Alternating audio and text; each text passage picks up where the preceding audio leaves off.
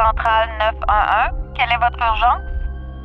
Oui, ici Michel Gagnon des Forestiers Associés. On vient d'avoir un accident dans notre chantier forestier. Un abatteur a reçu un chicot sur la tête. Il est inconscient. Où est le chantier forestier? Au kilomètre 32 à la jonction de la route du parc. Il va y avoir quelqu'un dans un pick-up noir pour attendre une ambulance à l'entrée du chantier forestier. Est-ce que le blessé est coincé sous l'arbre? Non, les secouristes l'ont planché et il approche du chemin. Chaque année, une grande partie des accidents en forêt surviennent au pied même de l'arbre. Ces drames se rapportent à l'abattage manuel, qui lui ne représente qu'une faible partie du volume du bois récolté. C'est dans ce contexte que le règlement sur la santé et la sécurité dans les travaux d'aménagement forestier rend obligatoire depuis juin 2013 la formation en abattage manuel sécuritaire pour tout travailleur qui effectue l'abattage d'un arbre à l'aide d'une scie à chaîne dans le cadre de travaux d'aménagement forestier. La scie à chaîne peut causer de graves blessures, souvent irrémédiables. Ainsi, avant d'entrer en forêt, l'employeur doit s'assurer que tous les travailleurs forestiers connaissent l'ensemble des mesures de sécurité qu'il a mises en place en cas d'accident. Les vêtements et équipements de protection doivent respecter les différentes normes en vigueur, être maintenus en bon état et remplacés s'ils sont endommagés ou lorsqu'ils ont atteint leur date de péremption. Ces équipements de protection individuelle sont un casque dont la couronne de fixation est bien ajustée, un écran facial ou des lunettes contre la projection d'éclat, des protecteurs auditifs, des gants pour la manipulation et le limage de la chaîne, un pantalon de sécurité contre les coups de scie à chaîne, des bottes de sécurité offrant une protection contre les coups de scie à chaîne, ainsi qu'un pansement compressif. Il est important de mentionner que le port de l'équipement de protection individuelle n'exempte nullement de la nécessité d'éliminer les dangers ou de réduire les risques.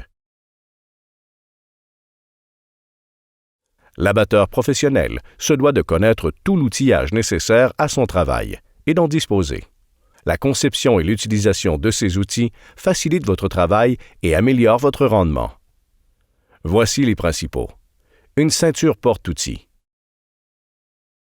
Des coins d'abattage. Un levier d'abattage avec ou sans crochet coudé. Une jauge de profondeur, une lime et un porte-lime. Des pinces, un crochet de levage, du ruban pour identifier un danger, un galon à mesurer d'abatteur, un extincteur à poudre et un réservoir avec bec verseur anti-versement.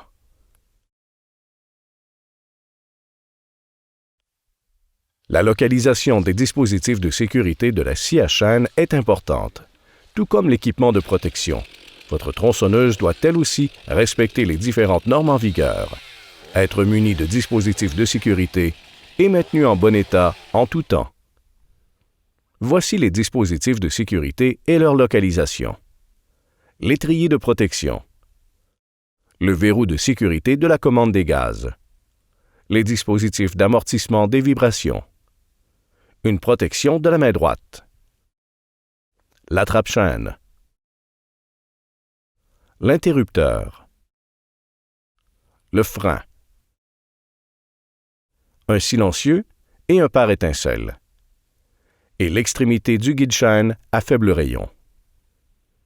Si un dispositif n'est pas en bon état de fonctionnement, arrêtez le travail immédiatement et effectuez la réparation.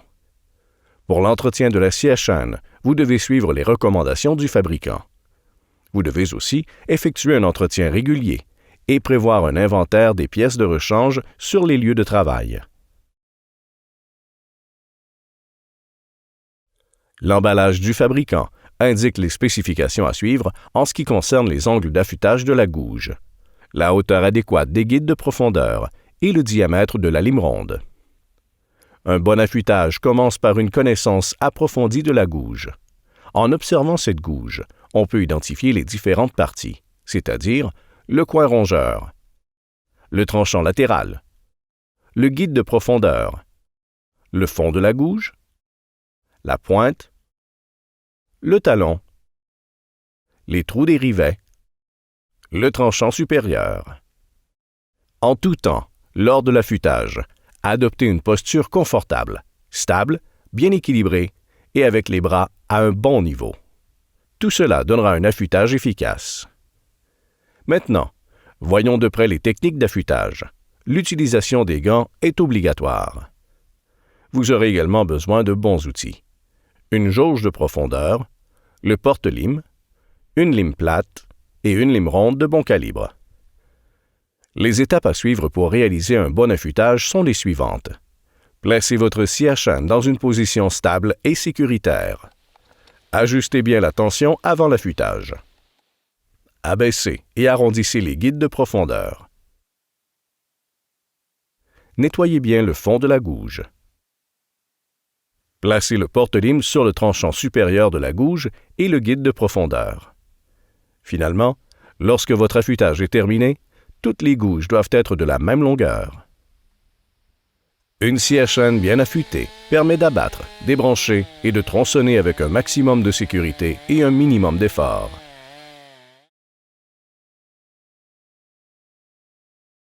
Nous allons cette fois aborder les méthodes de démarrage et de transport de la scie. Dans les deux cas, il s'agit d'opérations qui comportent des risques.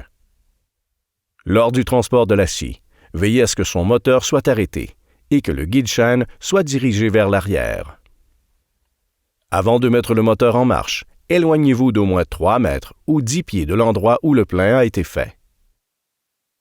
Pour le démarrage à froid d'une scie à chaîne, posez-la au sol et mettez le pied droit dans la poignée arrière et le genou gauche au sol.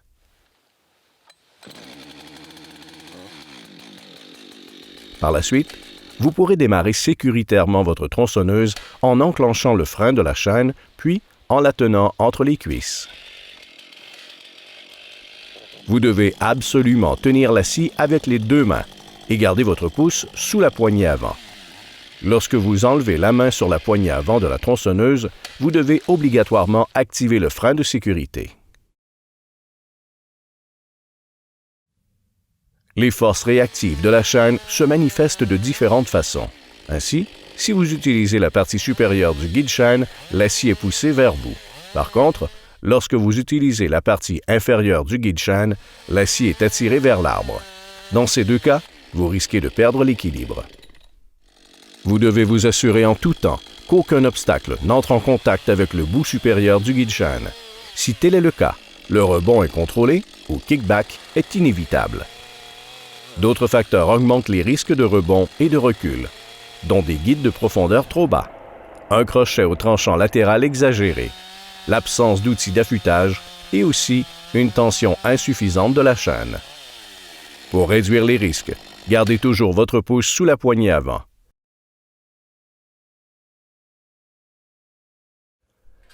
Tout abattage doit être préparé et planifié.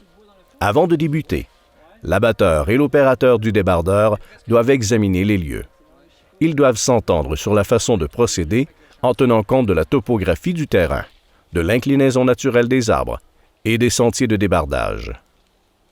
Par la suite, l'abatteur doit appliquer le code de sécurité, le DICEP, pour chaque arbre à abattre, en évaluant et en éliminant les dangers, puis en déterminant l'inclinaison, les sorties de secours, l'épaisseur de la charnière et le plan d'abattage. Il considère tous les facteurs de danger, l'inclinaison naturelle de l'arbre, la courbure du tronc, la forme de la couronne et des grosses fourches, la longueur et le diamètre, les défauts pathologiques, pourritures et champignons, les branches mortes, le vent, le verglas et la neige, les obstacles au sol et la topographie, les arbres encroués et les chicots, les obstacles dans la direction de la chute et la présence d'autres travailleurs. Le pied de l'arbre que vous abattez doit être dégagé et vous devez prévoir des voies de retraite. Votre lieu de travail doit être débarrassé des broussailles, des branches et des débris, afin de travailler avec précision. Ainsi, vous réduisez les risques d'accident et rendez l'élagage et le travail plus facile. Il est aussi indiqué de prendre quelques précautions additionnelles. Faites attention au risque de rebond. Tenez votre pouce sur la commande des gaz et effectuez le dégagement de préférence en utilisant la partie supérieure du guide-chaîne. Enfin, éliminez les tiges nuisibles situées dans la zone de chute de l'arbre, pouvant créer des perches fléchies. Prévoyez 2 voies de retraite vers l'arrière, à 45 degrés par rapport à la direction de la chute de l'arbre. Vous devez vous éloigner à au moins 2 mètres ou 6 pieds dans votre voie de retraite. La voie de retraite utilisée est celle où l'on terminera le travail. Elle doit être nettoyée et prête à l'utilisation avant de commencer votre plan d'abattage.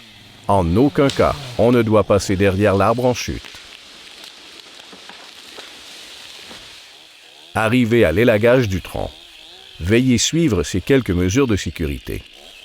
Coupez avec la partie inférieure du guide-chaîne, en faisant un mouvement du haut vers le bas. Tenez la scie à chaîne parallèle aux épaules, afin d'éliminer le risque de rebond.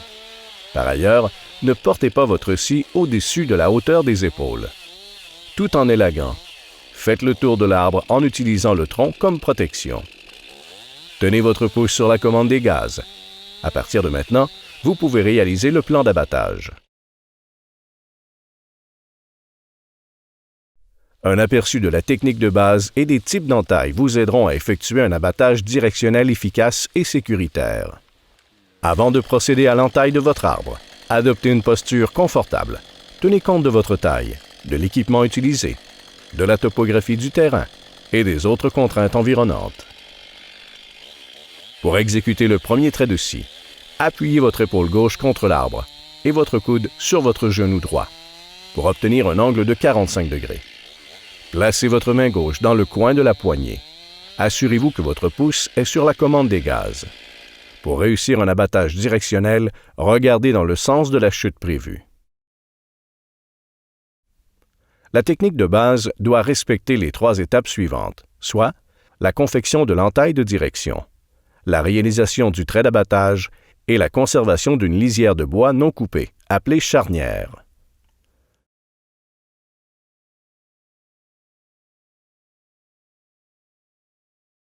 L'entaille de direction est une ouverture qui aide l'arbre à tomber dans la direction désirée, sans que sa chute ne soit freinée par la souche. Elle doit se pratiquer sur tous les arbres dont le diamètre est égal ou supérieur à 15 cm ou 6 pouces. Le trait d'abattage sert à confectionner la partie arrière de la charnière. Il doit être fait à au moins 2,5 cm ou 1 pouce au-dessus de la pointe de l'entaille de direction. Cela empêche le recul de l'arbre. La charnière maîtrise la chute de l'arbre et empêche tout mouvement latéral. Elle remplit bien son rôle à la condition que l'entaille de direction et le trait d'abattage soient faits avec précision. Lorsque le travailleur effectue le trait d'abattage, il doit s'assurer de conserver en tout temps une épaisseur de charnière d'environ 1/10 du diamètre de l'arbre sur toute sa longueur. À ce moment, si l'arbre n'a pas amorcé sa chute, l'utilisation d'un moyen mécanique est nécessaire pour éviter des efforts physiques excessifs. On peut aussi utiliser des outils, comme le levier ou le coin d'abattage. Aussitôt la chute de l'arbre amorcée dans la direction voulue, l'abatteur doit se retirer dans sa voie de retraite. Couper la charnière pendant la chute de l'arbre s'avère très dangereux.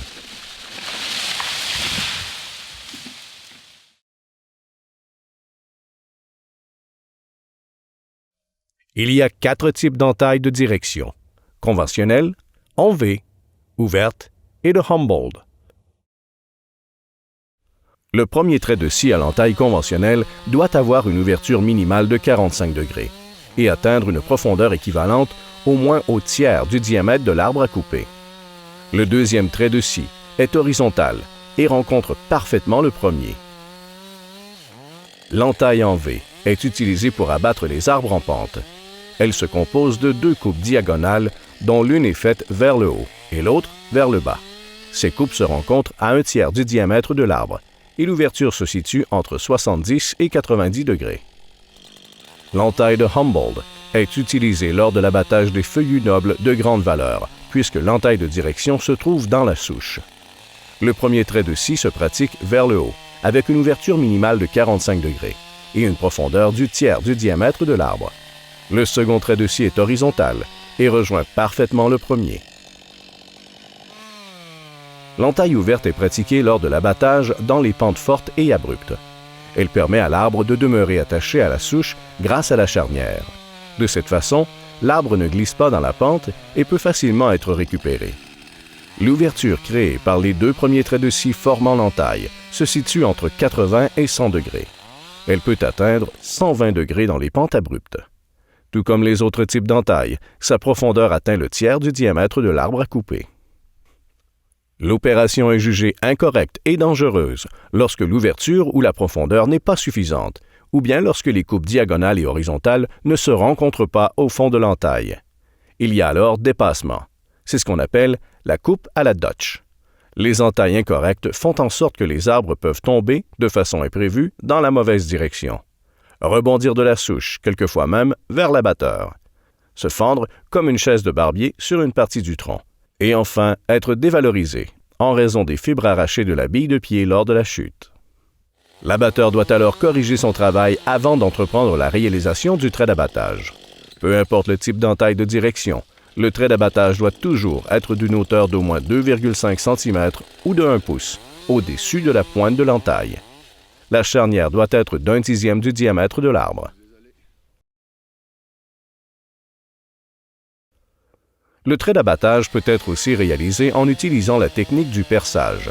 Cette technique est recommandée pour faire face à certaines situations. Par exemple, lorsque les arbres sont inclinés dans la direction de la chute, quand il y a présence de caries de cœur, ou encore au moment où vous abattez les arbres et qu'ils ventent. Lorsque le perçage doit être pratiqué dans un arbre dont le diamètre est inférieur à la longueur du guide-chêne, procédez de cette façon. Faites une entaille de direction. Insérez d'abord le côté inférieur du guide-chêne pour éviter tout rebond. Continuez le trait jusqu'à ce que vous ayez atteint l'épaisseur convenable de la charnière et sciez le talon qui maintient l'arbre. D'autres situations, enfin, vous mettront en présence d'arbres dont le diamètre sera supérieur à 2 fois la longueur du guide-chêne. Dans ce cas, faites une entaille ouverte. Insérez la scie à chêne au milieu de l'entaille de direction et attaquez le bois avec le bout inférieur du guide-chêne, de façon à éviter tout rebond. Effectuez un premier perçage sur un côté de manière à conserver la charnière et le talon. Effectuez le deuxième perçage sur l'autre côté, en conservant toujours la charnière et le talon. Finalement, sciez le talon qui retient l'arbre.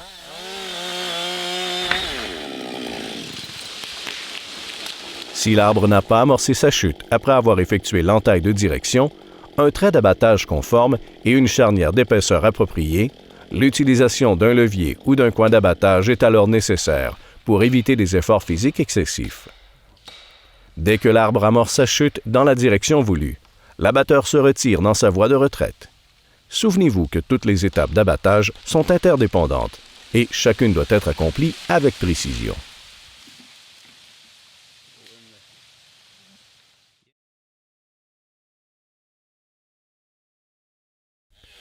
Voici maintenant la technique d'utilisation du levier d'abattage. Lorsque vous désirez abattre un arbre de petite dimension dans la direction opposée à son inclinaison naturelle, effectuez l'entaille de direction. Faites le trait d'abattage de façon à rejoindre les 2 tiers du diamètre de l'arbre. Insérez le levier d'abattage et sciez la partie restante du trait d'abattage en pratiquant une coupe légèrement en biais. Cette façon de procéder élimine tout risque de heurter le levier. Enfin, n'oubliez pas que votre charnière doit rester intacte. Pour basculer l'arbre, utilisez les jambes. Gardez votre dos bien droit, pliez les genoux et levez. De cette manière, les contraintes physiques sont diminuées.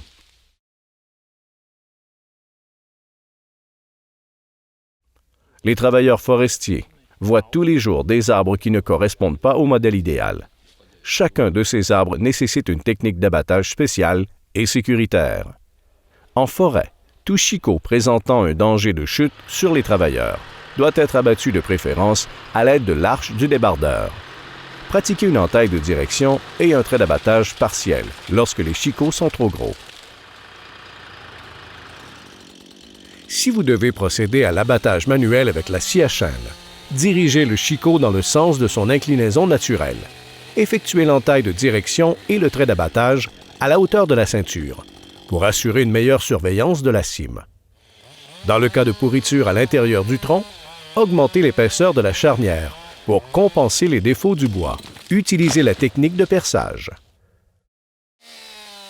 Utilisez la technique de double entaille pour les arbres ayant une forte inclinaison ou lorsque la compression est trop grande pour faire une entaille de direction.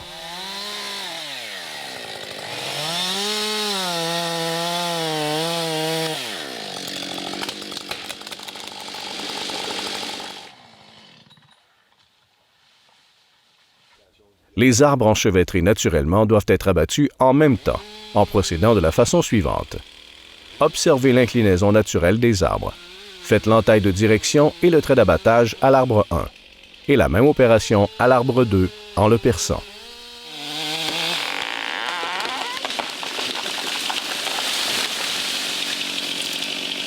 Dans certains cas, l'arbre se trouvera dans une pente. Si vous désirez qu'il s'affaisse vers le bas, utilisez une entaille ouverte. Si vous désirez qu'il s'affaisse vers le haut, vous devrez effectuer une entaille de direction en V, ou ouverte, selon le cas. N'oubliez pas que l'orientation de l'arbre à abattre doit être de 45 degrés par rapport à la pente, jamais en ligne droite.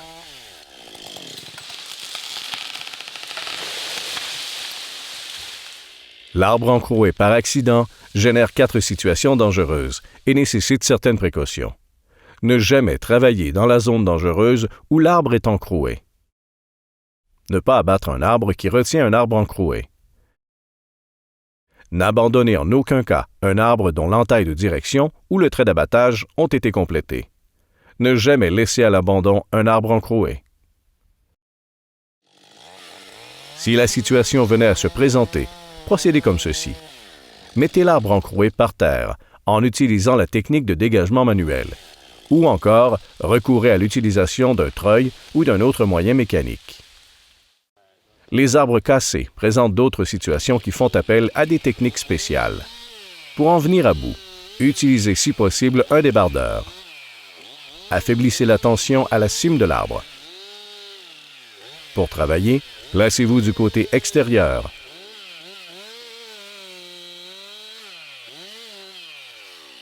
Faites l'entaille conventionnelle à 90 degrés par rapport au sens de l'arbre cassé et utilisez un levier d'abattage. Dans certaines situations, vous pourrez faire face à des perches fléchies dont la hauteur dépassera celle de vos épaules. Pour les affronter, placez-vous d'abord sous la perche et à son extrémité. Coupez les branches situées en dessous jusqu'au redressement de la perche. En ce qui a trait aux perches dont la hauteur est inférieure à celle de vos épaules, placez-vous à 90 degrés par rapport à son axe. Effectuez la coupe dans le sens de la fibre du bois en rasant dans la compression. Évitez d'utiliser la zone de danger du guide-chaîne. Souvenez-vous que la maîtrise constante de chaque arbre est la clé de la sécurité. Alors, si vous ne possédez pas les bons outils ou si votre voie de retraite semble incertaine, n'abattez pas l'arbre.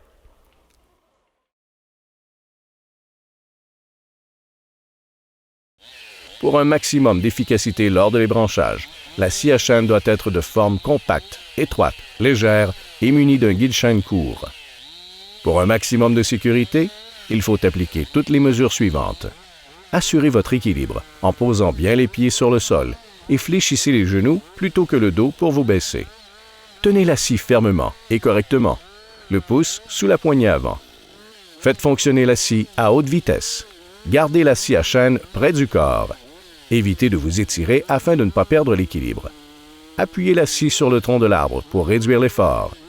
Évitez les déplacements des pieds lorsque vous sciez du côté du tronc où vous êtes. Contournez les obstacles pouvant provoquer les rebonds de la scie à chaîne. N'utilisez pas l'extrémité du guide-chaîne pour les branchages afin d'éviter les rebonds. Ne portez pas de cou vers vous. En pente, placez-vous du côté haut de l'arbre abattu et ne marchez jamais sur l'arbre à ébrancher. Abordons cette fois la technique des branchages scandinaves. Elle s'applique lorsque les arbres abattus sont surélevés, à une hauteur se situant entre le genou et la hanche. Appuyez la scie sur le tronc. Poussez la scie sur le dessus du tronc. Appuyez-la contre votre jambe droite. Utilisez la chaîne sur la partie supérieure ou inférieure du guide selon le cas. Enfin, n'avancez que lorsque le guide se déplace vers le bas de l'autre côté du tronc. Déplacez-vous vers l'avant, autant que possible, en tenant compte des branches non encore coupées.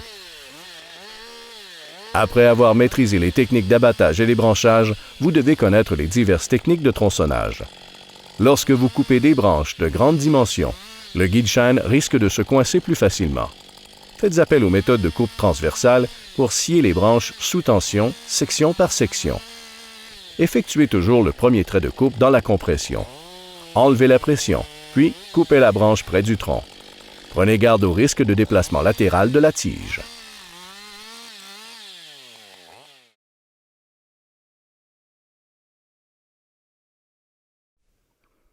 Même avec une connaissance approfondie des techniques d'abattage sécuritaire, un suivi rigoureux doit être effectué afin de s'assurer du maintien de ces techniques.